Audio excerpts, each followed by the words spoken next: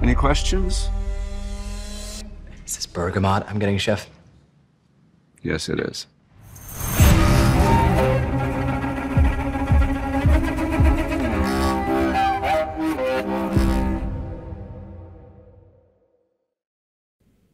Halo teman-teman, ketemu lagi di channelku Hello Anita. Di kesempatan kali ini, aku akan menceritakan alur cerita film yang berjudul The Menu. Film ini menceritakan tentang sepasang kekasih, yaitu Tyler dan Margot yang datang untuk makan malam di sebuah restoran di pulau terpencil. Restoran itu bernama Hawthorne yang dimiliki oleh seorang koki terkenal bernama Julian Slowik. Pada awalnya, menu yang dihidangkan cukup memukau. Namun, lama-kelamaan, pengunjung mulai curiga dan ketakutan. Gerak-gerik dari sang koki dirasa sangat mencurigakan. Margot pun akhirnya mengetahui bahwa Slowik berniat membunuh mereka semua.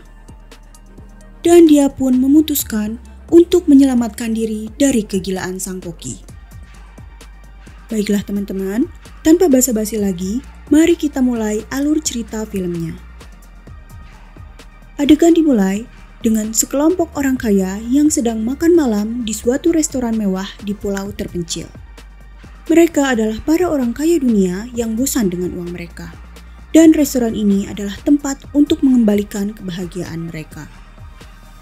Tiba-tiba, koki datang dan menceritakan bagaimana dia menikam paha ayahnya yang merupakan seorang pecandu alkohol dengan gunting dan menyajikan hidangan yang mewakili kejadian tersebut. Para tamu kemudian menyadari bahwa pengalaman makan ini akan berbeda dengan yang diharapkan. Setelah itu, film bergeser ke beberapa jam yang lalu. Seorang pemuda kaya bernama Tyler memberi kejutan kepada pacarnya, Margot, dengan mengajaknya kencan makan malam. Pasangan muda itu datang ke sebuah restoran mewah bernama Hawthorne yang terletak di tengah pulau pribadi. Restoran itu dimiliki dan dikelola oleh seorang koki terkenal bernama Julian Slowik. Tyler dan Margot datang ke pulau itu dengan menaiki kapal dan bergabung dengan para orang kaya lainnya, termasuk seorang kritikus makanan dan editornya, seorang aktor dan asisten pribadinya, serta 3 mitra bisnis yang kaya raya. Dengan kata lain, sekelompok orang kaya yang sombong. Pasangan kaya raya lainnya, Richard dan Anne, juga bergabung dengan kelompok tersebut. Dan sepertinya, Margot dan Richard sudah saling kenal dari suatu tempat. Setelah para tamu sampai di pulau, mereka disambut kepala pelayan, yaitu Elsa. Dia kemudian mengajak para tamu ke restoran sambil berkeliling pulau. Para tamu juga berkunjung ke tempat tinggal para staf restoran. Elsa mengatakan bahwa para staf di sana sudah seperti keluarga sendiri dan mereka mulai bekerja pada jam 6 dan selesai pada jam 2 pagi. Akhirnya, para tamu masuk ke restoran dan duduk di kursi mereka. Di dapur, sejumlah koki terlihat dengan cermat menyiapkan makan malam dengan sangat teliti. Sebelum pamit, Elsa menginstruksikan kepada para tamu untuk tidak memotret makanan mereka. Sebagai koki, Slowik mengatakan bahwa keindahan ciptaannya justru terletak pada sifatnya yang sementara. Selanjutnya, koki Slowik kemudian datang ke dapur dan Elsa memberitahunya mengenai seorang tamu tak diundang, yaitu Margot yang diajak oleh Tyler. Di sini, kita mengetahui bahwa Tyler telah memesan 2 kursi di restoran tersebut sekitar setahun yang lalu. Tetapi, pada saat itu, dia sedang menjalin hubungan dengan orang lain. Yang artinya, Margot secara teknis tidak tertera di daftar tamu. Slowik jelas terlihat merasa keberatan, tetapi dia memutuskan untuk membiarkannya. Sementara itu, pada makan malam ini akan dihidangkan 6 macam makanan. Hidangan pertama disajikan dan para tamu pun mulai makan. Tyler diam-diam memotret makanan itu. Semua orang memuji makanan yang dihidangkan, kecuali Margot. Dia tidak merasa terkesan. Para staf kemudian menyajikan hidangan kedua dan Koki Slowik akhirnya menyapa para tamu. Dia mengatakan pada semua orang untuk jangan makan, melainkan untuk mencicipi, menikmati, dan merasakan. Dia kemudian menjelaskan mengenai hidangan itu beserta arti dibaliknya kepada para tamu. Margot tidak mengerti cerita si Koki, tetapi Tyler malah dibuat terharu dan menangis mendengar cerita itu. Tyler memotret lagi makanannya meski agak takut diperkoki oleh Koki. Tyler mengatakan kepada Margot bahwa dia jatuh cinta dengan tempat itu. Namun, Margot tidak merasa demikian. Dia merasa bahwa makanannya standar saja. Setelah itu, Koki menyajikan 5 jenis saus dengan porsi yang sangat kecil. Namun anehnya, Koki tidak menyajikan roti karena dia yakin bahwa roti adalah makanan petani kelas rendah. Para pengusaha menganggap hal itu sangat konyol dan meminta roti. Namun, Elsa menolaknya. Para pengusaha itu pun mengancam akan menjatuhkan bisnis restoran tersebut karena mereka berteman dengan orang yang mendanai restoran itu. Namun, Elsa tetap menolak memberi mereka roti dan membisikkan bahwa mereka akan memakan hidangan yang disajikan. Di sisi lain, Margot juga keberatan dengan konsep tersebut dan menolak untuk makan saus-saus itu. Dia juga dengan tidak sengaja menjatuhkan gelasnya. Hal ini menarik perhatian Koki dan dia pun mendatangi meja Margot untuk bertanya apakah semuanya baik-baik saja. Margot belak-belakan dan mengatakan kepada sang Koki bahwa tidak ada yang bisa dimakan. Setelah pembicaraan itu, Koki mendatangi meja seorang wanita tua yang sedang makan sendiri. Ternyata dia adalah ibu si Koki. Sementara itu, Margot terus memandangi si pria kaya yaitu Richard. Hal itu membuat istrinya Anne curiga. Tetapi Richard segera menenangkan Anne. Beberapa saat kemudian, Koki memperkenalkan hidangan berikutnya yang disebut memori. Dia menceritakan masa lalu ketika ayahnya pulang dalam keadaan mabuk dan bertengkar dengan ibunya. Ayahnya mencekik ibunya dengan kabel telepon. Namun untungnya, Slowik muda datang dan menusuk paha ayahnya dengan sebuah gunting. Para tamu terganggu dengan ceritanya. Namun, mereka menepisnya dan menganggap hal itu hanyalah cerita karangan untuk drama saja. Mereka pun disajikan hidangan berupa paha ayam yang tertusuk gunting dengan tortilla. Anehnya, di setiap kepingan tortilla tercetak gambar di atasnya yang akan membangkitkan kenangan masing-masing tamu. Tortilla yang disajikan pada wanita kritikus makanan tercetak gambar restoran yang dia review. Tortilla milik aktor film tercetak gambaran kegagalan terbesarnya. Demikian pula, tortilla milik para pengusaha tercetak rincian rekening bank ilegal mereka. Mereka pun segera memanggil Elsa dan bertanya bagaimana mereka mengetahui detail ini. Mereka bahkan mengancam akan menutup restoran itu. Namun, Elsa menolak untuk mengungkapkan apapun dan pergi. Sementara itu, tortilla milik Anne tercetak foto Richard dan seorang wanita muda. Dia pun meminta penjelasan Richard akan hal ini. Namun, Richard menegaskan bahwa dia tidak tahu apapun arti dari foto itu. Tortilla milik Tyler tercetak foto dirinya yang diam-diam memotret makanan. Dia pun panik dan berniat meminta maaf atas aksinya tersebut. Namun, Margot tidak mengizinkannya dan dia bersikeras akan mengembalikan lagi makanannya ke dapur. Tyler memerintahkannya untuk berhenti bertingkah seperti anak kecil dan mengingatkannya bahwa dia telah membayar makan malam itu. Margot pun marah dan dia pergi ke toilet. Koki mendatangi Margot dan bertanya siapa dia. Dia memperkenalkan dirinya sebagai Margot. Namun, Slowick mengatakan bahwa dia tidak boleh berada di sana. Setelah itu, Margot kembali ke tempat duduknya. Kemudian, Chef Slowick memperkenalkan anak buahnya yang bernama Jeremy kepada para tamu. Dialah yang membuat hidangan berikutnya. Sang koki memuji Jeremy sesaat. Namun, tiba-tiba sikapnya berubah dan mulai berbicara kasar. Slowick berkata bahwa Jeremy tidak akan pernah bisa menjadi koki yang hebat. Kemudian, Jeremy melakukan hal yang tidak terduga. Semua orang pun kaget dan merasa ngeri. Tetapi, Slowick memberitahu mereka bahwa itu adalah bagian dari pertunjukan. Beberapa saat kemudian, para tamu kembali ke meja mereka, tetapi Richard bersikeras untuk pergi. Elsa berulang kali memintanya agar kembali ke tempat duduknya, tetapi Richard tidak menurutinya. Akibatnya, staf restoran menangkapnya dan memotong jari manis Richard, membuat semua orang yang melihatnya merasa ngeri. Para tamu pun diperingatkan bahwa mereka akan mendapatkan hukuman yang jauh lebih buruk jika mereka berniat untuk melarikan diri dan merusak acara makan malam yang telah direncanakan dengan sangat cermat.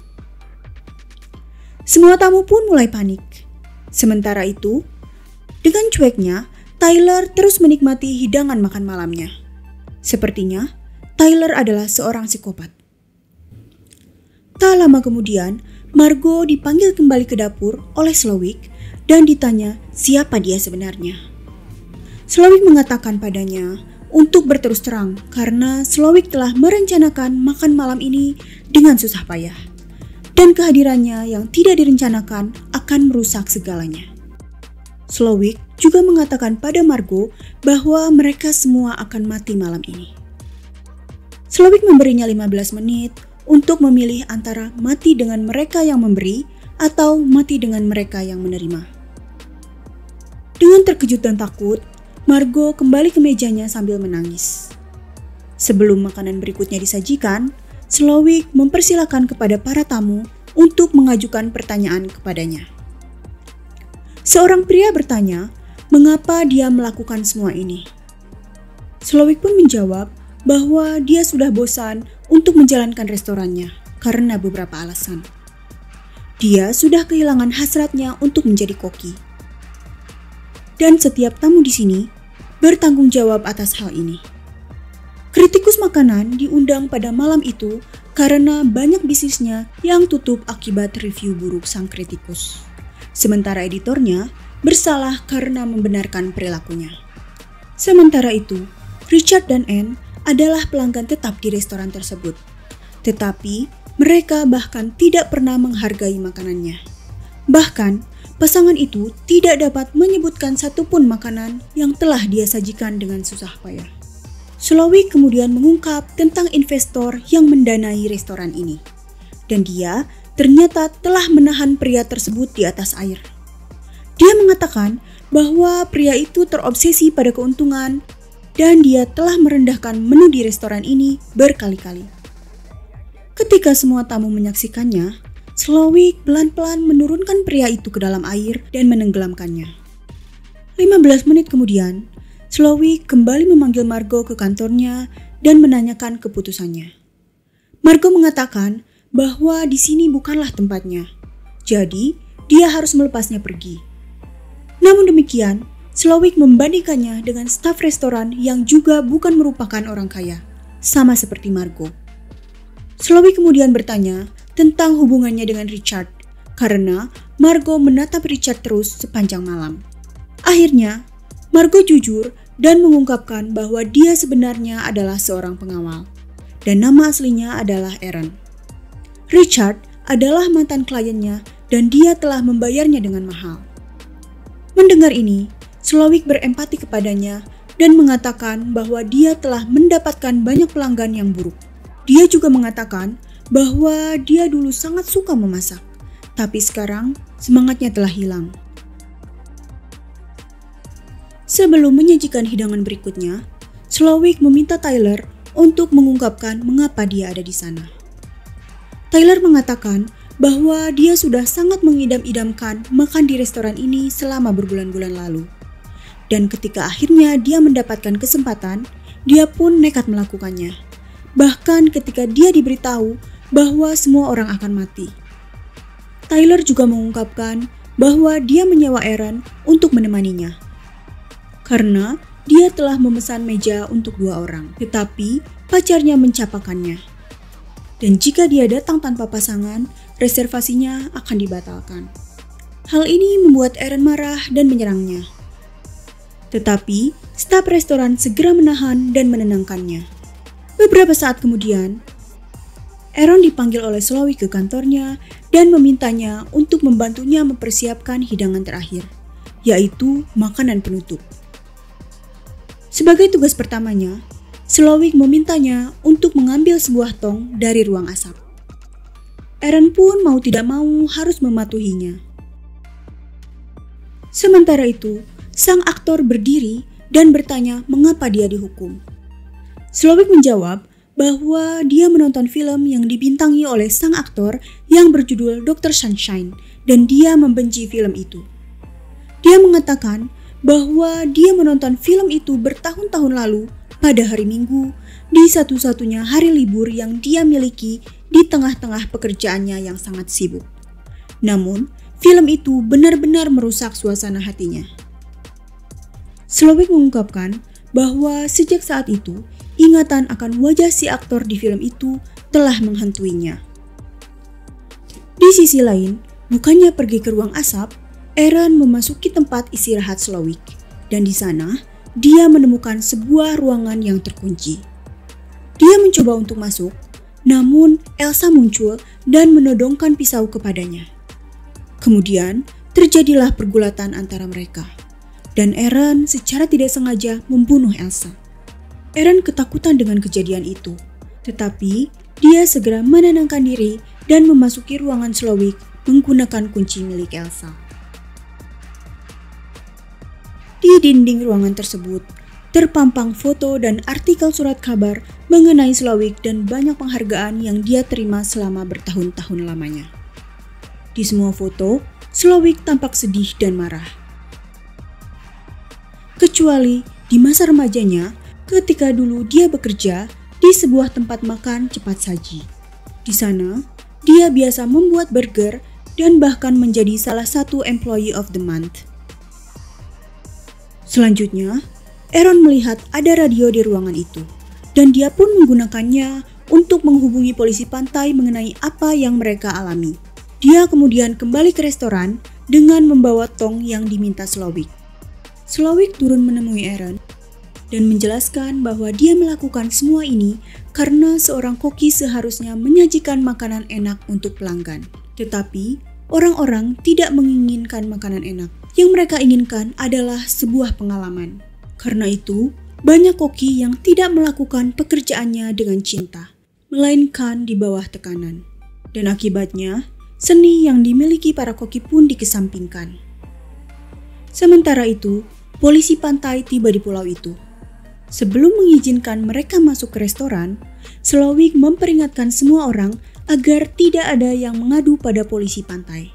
Polisi pun masuk dan berkata bahwa dia menerima keluhan tentang banyaknya pembunuhan di tempat ini.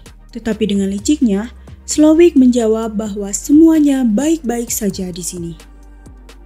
Saat itu, polisi mengenali si aktor dan meminta tanda tangannya. Aktor pun dengan senang hati menurut. Tetapi bukannya memberi tanda tangan, dia malah menuliskan "tolong kami" di sebuah kertas. Dan si polisi pun melihatnya. Jadi, dia mengeluarkan senjatanya dan mengancam akan menembak sang koki. Akhirnya, semua tamu pun lega dan mereka menceritakan semuanya kepada petugas kepolisian. Namun sayangnya, terungkap fakta bahwa petugas tersebut sebenarnya memegang senjata palsu. Slowik kemudian mengungkapkan bahwa petugas polisi tersebut adalah salah satu koki yang menyamar sebagai polisi pantai. Dia juga mengatakan pada Aaron bahwa dia tahu bahwa Aaron lah yang menelepon polisi untuk meminta bantuan. Slowik kemudian mempersiapkan sajian terakhir. Tetapi Aaron segera membuat rencana. Dia mengatakan bahwa dia tidak menyukai makanannya dan ingin mengembalikannya. Pernyataan itu membuat Slowik marah dan bertanya mengapa dia tidak menyukai makanannya. Eren menjawab bahwa dia telah menghilangkan kegembiraan dari proses makan.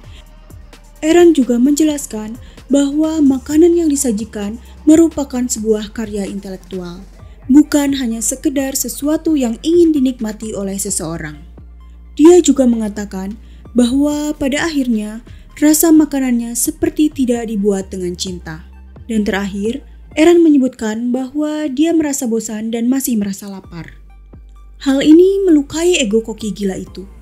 Dan Slowik pun bertanya pada Eren apa yang ingin dia makan. Eren menggunakan kesempatan itu untuk meminta burger keju tradisional Amerika beserta dengan kentang goreng. Dengan terkejut, Slowik dengan cepat bergerak ke dapur dan mulai memasak.